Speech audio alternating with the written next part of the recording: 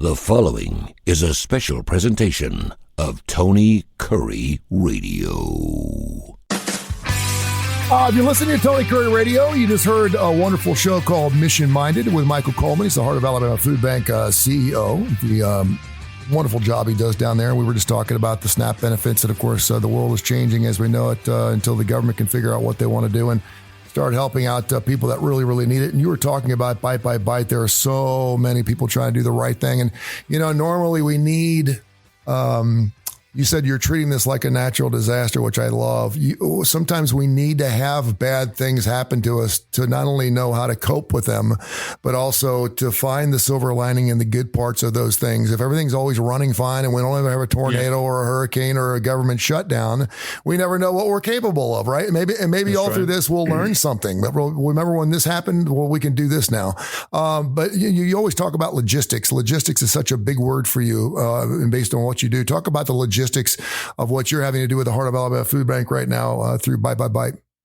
Yeah, we kind of have an idea of what we try to produce and get, what we try to source, and those come from different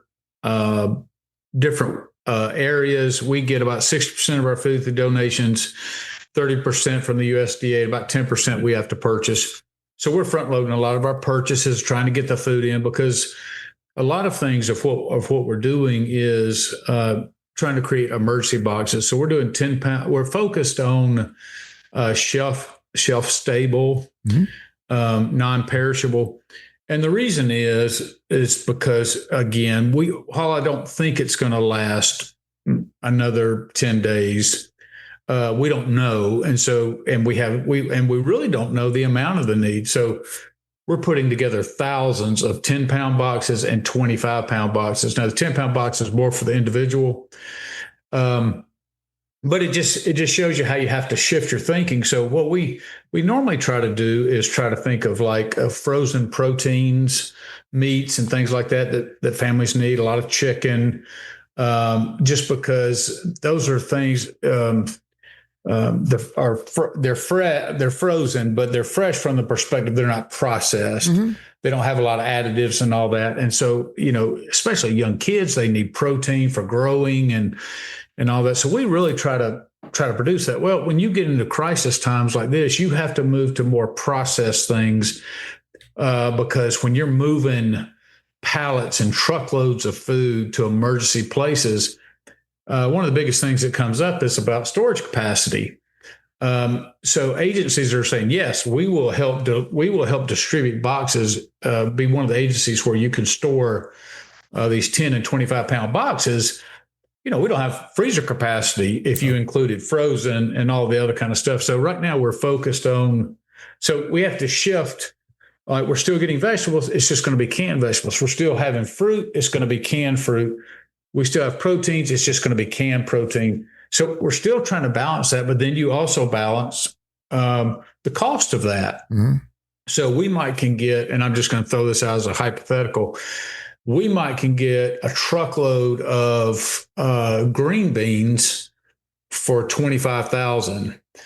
If we want individual cans of tuna, a truckload of that may cost us $60,000. So, you know, we have to say, okay, here's how much in funds we have. And so we do all sorts of gymnastics. Sometimes we split truckloads with other food banks, so we don't have to bear all the burden.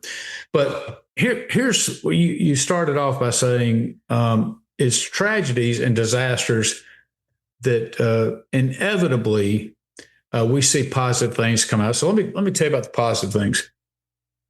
As many, one is obvious, is people in our community stepping up. Mm-hmm. So people in our community stepped up. They've come. We are overwhelmed with volunteers, and sometimes the volunteers are donating as well. But lots of times people are like, "Look, I would love to write you $1,000 check, but I don't have it to give. But what I do have is I can give you my time." Yeah. A lot of people, of course, are lifting up our society in prayer. I very much am a believer in prayer.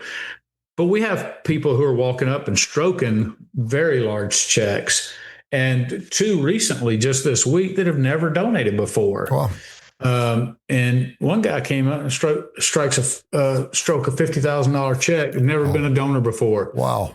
And so, yeah, it kind of gives you that wow factor. And it's amazing. So you see the humanity of our, when bad things are, and these are for people they don't know. This isn't their own family necessarily. They're just stepping up and they say, and one guy who wrote a check said, he wrote a $10,000 check and he said, it just kills me, the idea of children not having access to fresh fruit, or because you know how expensive it is and all of that. But I will tell you too, we even see it internally with our employees who understand now when you see something like this, how the safety net factor that, hey, we got to work extra hard. We've got to work. And that they come in with smiles, they come in like, hey, I'm part of this team. We're going to be successful. And then we talk about organizational structure. And I was just talking to the staff this morning, or the key leaders today. One of the things that I think we do very well, it's one of the things I've emphasized from an organizational standpoint, is when organizations have double the demand, or, just all of a sudden there's a change, you should not fall apart. Your organization itself should not become chaotic. Mm-hmm. So how do you avoid that? Well, one of the things we do is we make sure if there's processes for everything already, then what we don't want to do is create a bunch of new channels, because we have people that aren't even our agencies, nonprofits, that are calling saying, we want to do something. Businesses are saying, we want to host a special pantry. We want to do all these kind of things. So we could be chasing all of that. And we're like, nope, everything it wants to do, we're going to funnel you into our current processes. Okay. And what it does is it allows people a place to participate. It increases the workload. So we may be working more intently due to the increased demand, but we're still doing the same things. We're just doing it at a prolonged level. Oh. And what it does is it requires you to come together to communicate every day, to understand, to be very clear in your communications from top to bottom. And so it keeps the chaos, the communication, the processes for everything, all of that allows us, we don't lose the efficiency and the effectiveness of what we're doing. So we see the good in something that's not tangible. Process is not tangible, but you're seeing the good of having an organization, the communication. You see the stakeholders stepping forward with resources and donating. You seeing employees taking more ownership than ever. Those are all positives. Those are all good things, because we don't know what the next disaster, the Hurricane Katrina that can wipe out the Southeast, we don't know when that's going to happen. So knowing that is there, it may be in the background sometimes, these people with large donors, like every day, they're not, but to know that they care about our community and they'll step forward with resources when the rubber hits the road. It lets me know we're not in this fight alone. It encourages me. It's an answered prayer. And it's just what a community should be, is people coming together and loving each other, especially when times are hard. Amen to that, brother. HAFB, #HAFB, Heart of Alabama Food Bank. Brother, thank you so much. God bless, and keep doing what you're doing, man. Thank you. This has been a special presentation of Tony Curry Radio.